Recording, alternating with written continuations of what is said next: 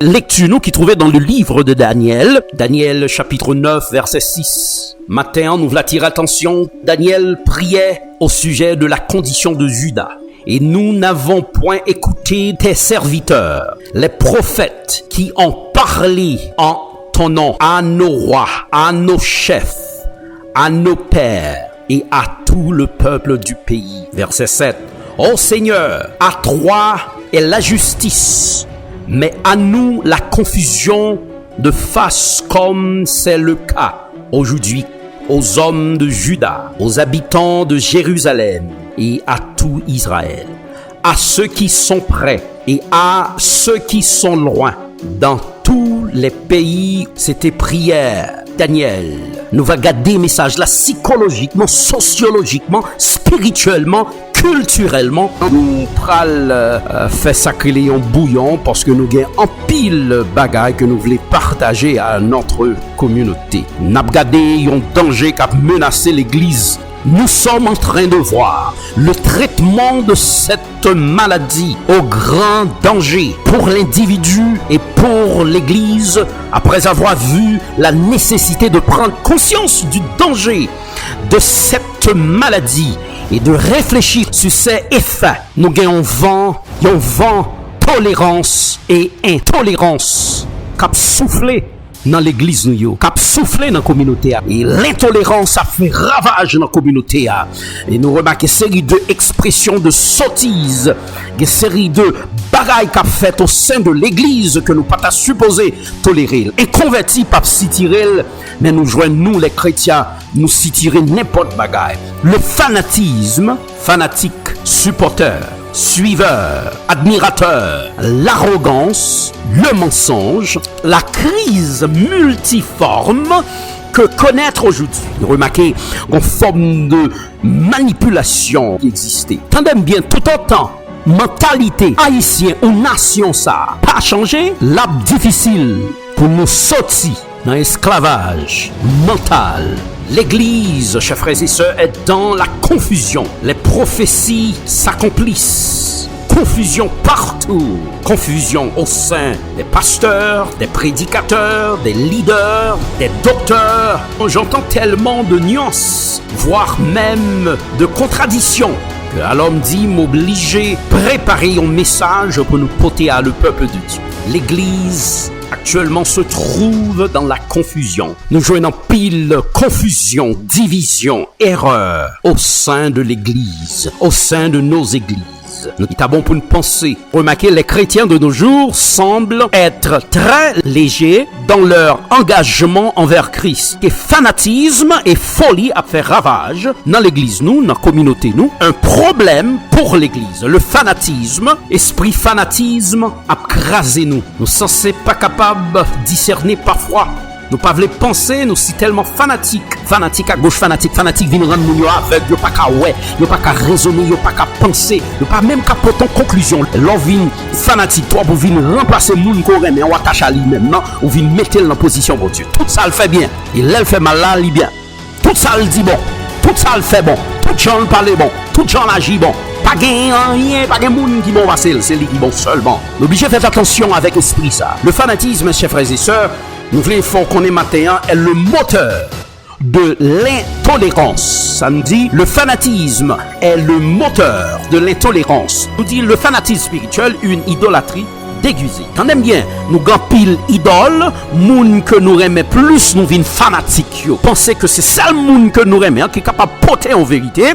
Remarquez bien, nous pas de problème ou apprécier un monde, nous pas de problème qu'on apprécie un serviteur de Dieu, nous pas de problème qu'on remet un serviteur de Dieu, mais un serviteur de Dieu pas supposé remplacer bon Dieu dans le cœur. Le fanatisme, un problème pour l'église. Le fanatisme, il vient rendre moun yo aveugle et sous, qui vient tomber dans ça que nous relais tolérance. Tu as mis deux mots ça ensemble, tolérance et fanatisme, un couple indissociable. Côté de tolérance, de fanatique. Le fanatisme se trouve, chers frères et sœurs, à toutes les étapes de la société. Le fanatisme, chers frères et sœurs, c'est le refus de l'autre. Ou pas vous l'étendez, pensez que bon Dieu a utilisé un seul monde. Et bon Dieu a différents serviteurs. C'est vente-li que le mettait à disponibilité pour utiliser dans le monde, pour prêcher la parole. Nous voyons danger, et c'est un gros danger, le fanatisme. Le danger du fanatisme, le fanatisme a fait ravage. Et me pour me dire, faites attention. Un seul monde qu'on supposait fanatique, c'est Jésus et Jésus seul. Pas fanatique qui que ce soit l'homme. L'homme, dans toute activité, n'est que poussière, qui n'a pas son centre de gravité en lui-même. T'en bien. Le fanatisme est une maladie dangereuse, contagieuse pour l'individu, pour l'Église. Prêtez en pile attention parce que le fanatisme est là. Nous dit l'Église, chrétien supposé, dénoncer tolérance et fanatisme qui a fait ravage. N'obligez pas parler de lui. Croyant, ou pas qu'à faire silence.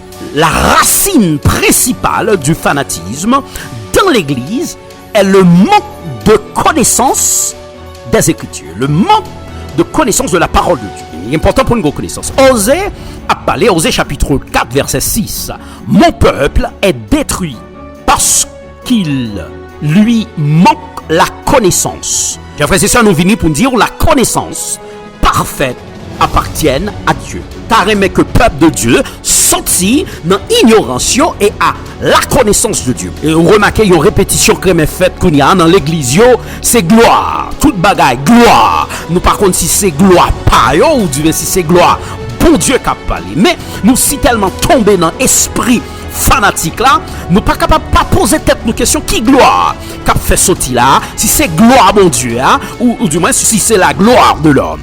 Et me vient pour me dire bon Dieu dit li pas partager gloire à qui que ce soit monde. Bon Dieu très jaloux. Yo séduit peuple là et yo pas enseigné ni prêcher yo message pour préparer yo avec retour Jésus qui vient pour faire très prochainement. Et me vient pour me dire ce matin quand le fanatisme n'est pas réprimé dès le commencement, ils deviennent aussi difficiles pour que nous capables de maîtriser. Le fanatisme est un monstre. Et moun parfois qui fanatique là, le plus souvent pas conscient et tal. Attendez bien, sous et Satan pas capable d'entrer dans l'église avec l'autre bagarre, à utiliser fanatisme, la profiter pour l'entrée. Nous obligés veiller nous. Nous vivons à une époque où il nous faut être très attentifs et veiller avec soin. Attention, il faut être prudent. Satan interviendra.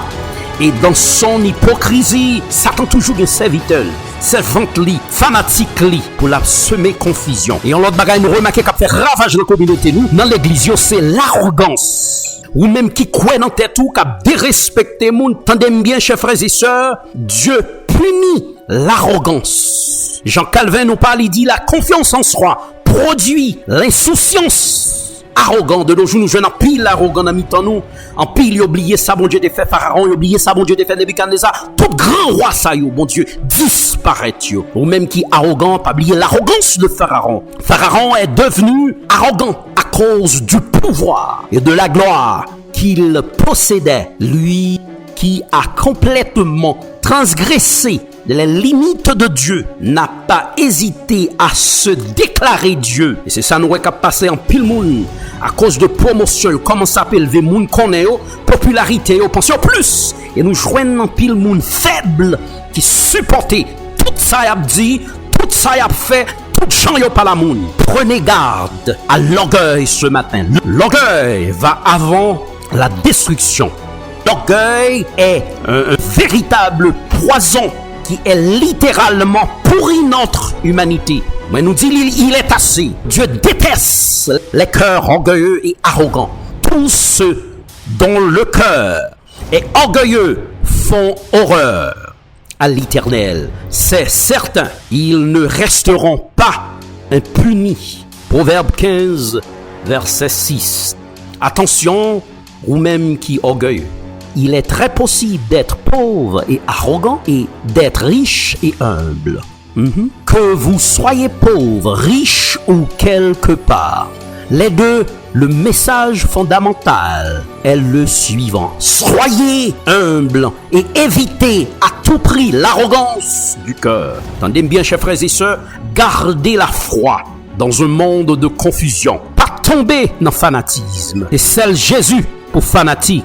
Que bon Dieu bénisse, que bon Dieu garde, que bon Dieu dirige.